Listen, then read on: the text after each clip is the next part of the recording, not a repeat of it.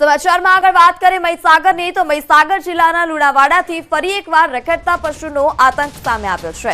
થોડા દિવસ પહેલા પણ આખલાએ એક મહિલાને અડફેટે લીધી હતી, તે બાદ ફરી એકવાર આ પ્રકારની ઘટના સામે આવી છે। લુણાવાડા કન્યાશાળા નજીક એક 70 વર્ષના વૃદ્ધને આખલાએ 6 ફૂટ ઊંચે ઉછાળ્યા હતા, જેને લઈ વૃદ્ધાને ગંભીર ઈજાઓ પણ પહોંચી હતી। તેઓ બેભાન પણ થયા હતા અને ત્યારબાદ તેઓને સારવાર અર્થે હોસ્પિટલ ખસેડવામાં આવ્યા। અવારનવાર બનતી આવી ઘટનાઓને લઈ લોકોમાં પણ હાલ અત્યારે ભય જોવા મળી રહ્યો છે। તો વહેલી તકે આ ત્રાસમાંથી લોકોને મુક્તિ મળે તેવી હાલ અત્યારે તંત્ર પાસે લોકોએ માંગ કરી।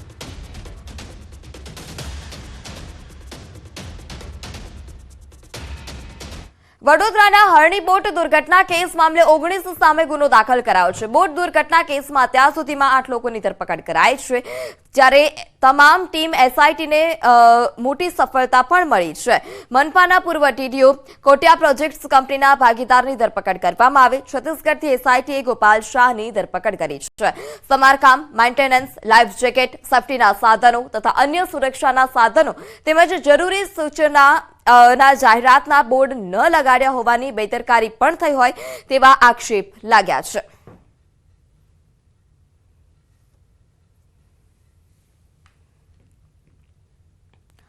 અમદાવાદમાં લાંબા સમયથી સાબરમતી રિવરફ્રન્ટ ખાતે બોટિંગ એક્ટિવિટી ચાલતી હોય તેવી ઘટના હતી અને છેલ્લા કેટલાય સમયથી બર્થડે હોય અથવા તો મેરેજ એનિવર્સરી હોય, લોકો 5,000 થી લઈ 15,000 રૂપિયા સુધીની રકમ ખર્ચી અને રિવરફ્રન્ટમાં બોટિંગની મજા માણતા હતા।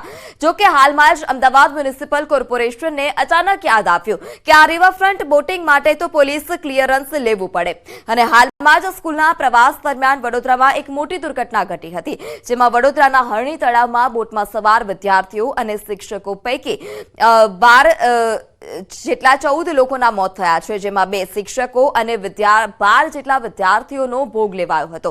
આ દુર્ઘટનામાં પણ બોટની કેપેસિટી કરતા બમણાથી પણ વધારે લોકો અંદર બેસાડવામાં આવ્યા હતા। હાલ સરકારે આ મામલામાં ઉચ્ચ અધિકારીઓની ટીમ બનાવી અને કડક તપાસના આદેશ આપ્યા છે।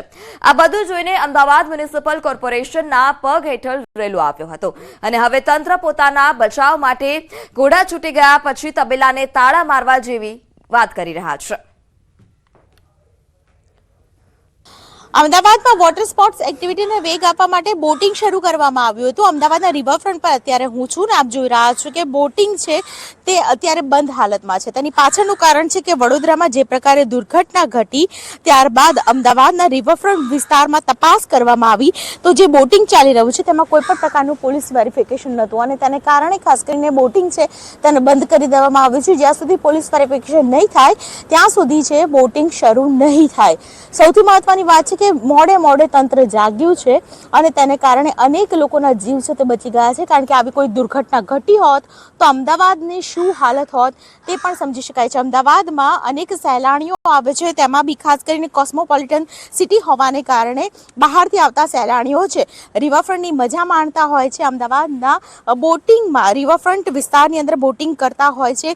આવી પરિસ્થિતિની અંદર પોલીસ વેરિફિકેશન ન હોવું અને તે ન હોવા છતાં બી બોટિંગ ચલાવી તે કેટલું યોગ્ય છે? કાયદાનું છડેચોક ઉલ્લંઘન થઈ રહ્યું છે।